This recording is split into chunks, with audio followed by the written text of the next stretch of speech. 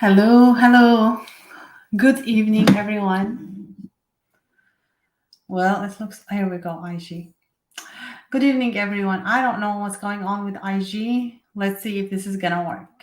However, good evening, IG. Good evening, YouTube, everywhere, whatever platform you are in. Good evening. How are you doing today? How are you doing this Tuesday? I hope everyone is doing great. I am, if you're new here, my name is Noura Al-Masri. I am an enrolled agent and the founder of Noura's Books. I am the CFO, the nonprofit CFO. I am actually here to talk about FBAR tonight. So, FBAR, have you heard about FBAR? Let me know in the comment if you have heard about FBAR. So, FBAR is a foreign bank and financial account reporting. That's the exact wording for it. It is basically if you have a foreign account outside of the US, you have a reporting requirement. However, there is a criteria for that. So let me go back on that.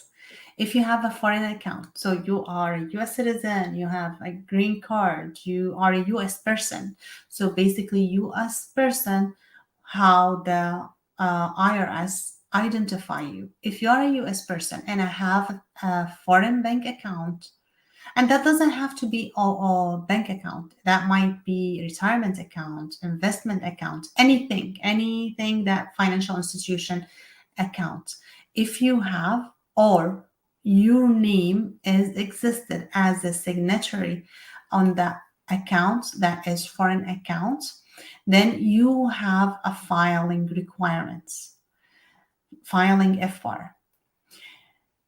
Now, just so you know, FBAR is not something you do for the IRS. It's not. It is actually required to be filed for the Treasury departments. You do it on their website. It has to be done online. It has to be done every year. The deadline for FBAR is April 15 with your tax return. However, they give you an extension, automatic extension. You do not have to do anything to get this extension. You get this extension for 6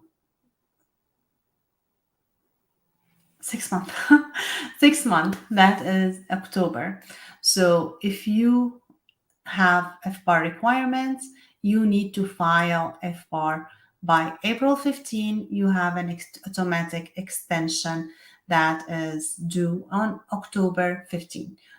So that's what you get to file FBAR. And it is for you if you have bank accounts, foreign bank accounts, anywhere like Canada, Turkey, Dubai, wherever this country is outside of the US, you have a filing requirement. Now, if you have that, then you will have to include a form in your tax return that is Schedule B.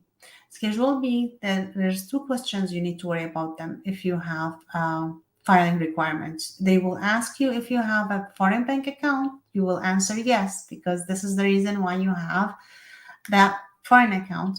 And then there is another question saying, do you have a FBAR requirement in their language? Do you have a FBAR?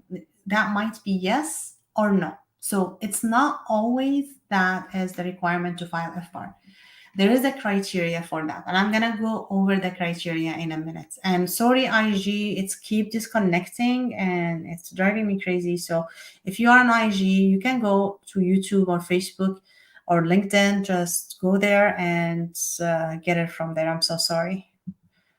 Okay, just ending IG.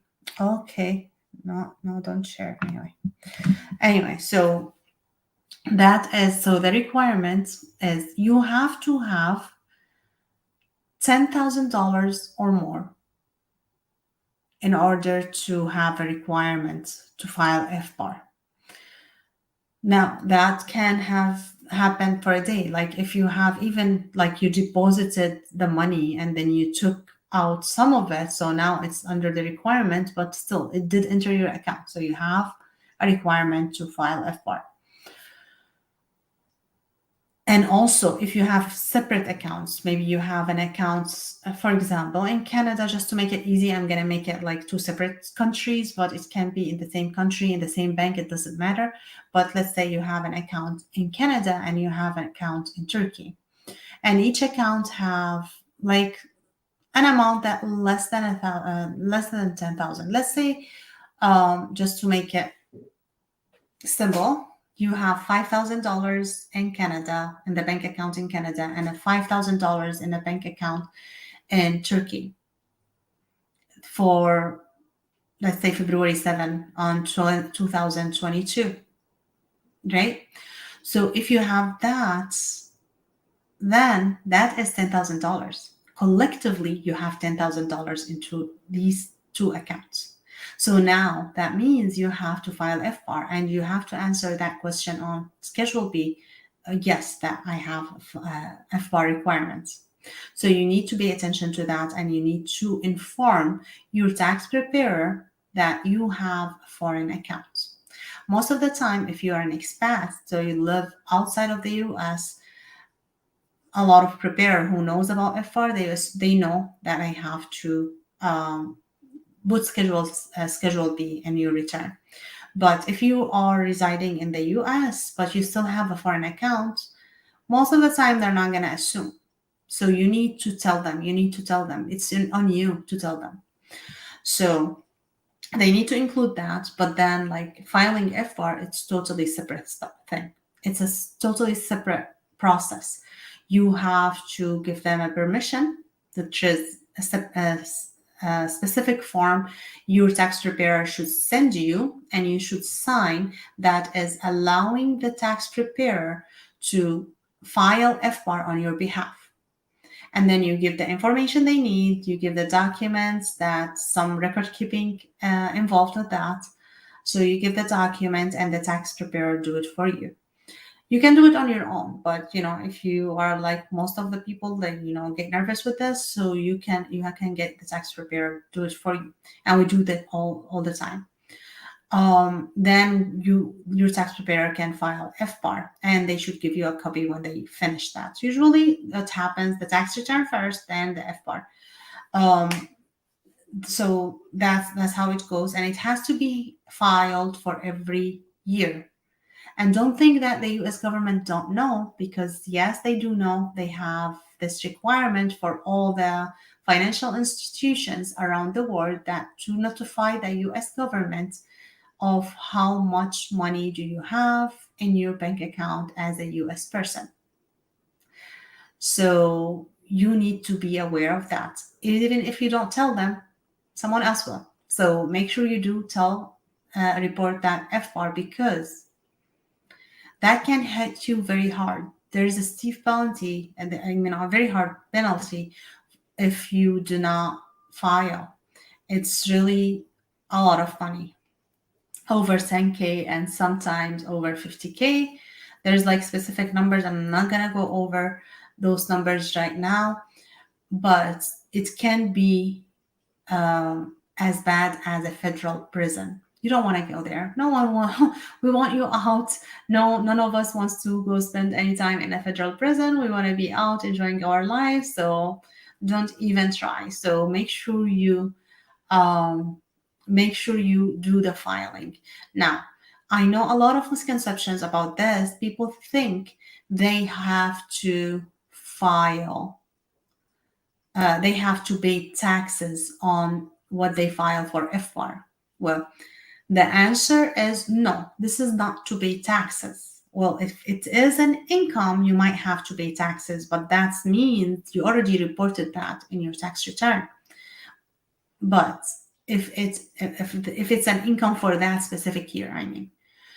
But if it's just like money you have in a foreign bank account that it did not come from income, did not come from other status that where you have to be paying tax for, it's actually just information, piece of information. They need to know that you have money in a foreign bank account, because It works for you. It's for tax evasion. It's for terrorism protection. All of these stuff. So they wanna money laundering also, like to protect you from money laundering accusation or all of these stuff. So you wanna make sure you are doing your due diligence.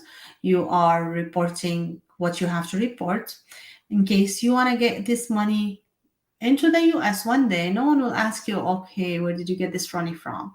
No one can say, okay, maybe you are dealing with a terrorist organization, or maybe you are doing money laundering, or maybe you are doing tax evasion, or all these stuff. Like none of us want to be involved with it. So it's kind of to protect you for the future from being asked something that you don't want to be asked about, or even get near to that, right? So just make sure you file FR. You can, as I said, like you can file it on your own. You can talk to your tax preparer to file it for you. And if you don't have any of that, you don't want to do it alone, you don't want a tax preparer do it for you. I mean, you don't have a tax preparer to do it for you, then we do that all the time. Feel free to reach out to us. And let me put my link over here. So I'm going to put my link tree here. And in that link, you can book a free call with me and I can help you. I can help you with that. The other thing is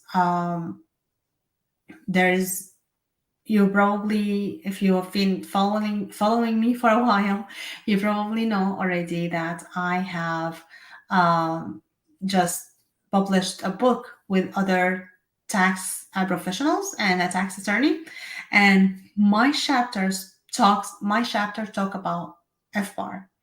Part of my chapter talk about FBAR, and it does state everything and give you an example. So, and I do mention the penalty and other stuff in the book. Feel free to order the book. You can order your copy from the link and my link tree link from, like, that's I have on the window here. So feel free to order a copy of the book, and or book a call if you need help. So I mentioned that I go over details about FBAR and also about the estimated tax, quarterly estimated tax. So, but for the sake of the topic today, it is gonna tell you about FBAR, and so you can learn more about it. And I promise that book speak English. So it's easy to understand. You can read that chapter. If you still have questions, you can reach out to me. I'll be happy to talk to you about it. And also I have like a couple of videos about FBAR on YouTube, so you can, and some questions like I did last year. Some people reach out to me with questions, so I answered those questions on the video. So that's it for today. I don't want to keep you longer. Feel free to reach out to me. I'll be happy to talk to you. I offer free consultations, and also don't forget to file your taxes as soon as possible. We're almost heading to mid-February, which means you don't have much time left to do your S Corp or partnership return. That will be due on March 15th. So make sure you do that on time. Make sure you do not rush your taxes. Make sure you are doing bookkeeping cleanup if you haven't been doing bookkeeping, so you can take all your deductions and credits that you are entitled to. Otherwise, I'll leave you for tonight, and I'll see you tomorrow with another topic. If you want me to speak about something specific, please feel free to to comment under this video and let me know, or send me an email. All the contact information you will see in the link. Again, purchase your copy, order the copy of the book, and book a call with me. And I'll be happy to talk to you. Have a good night and see you tomorrow.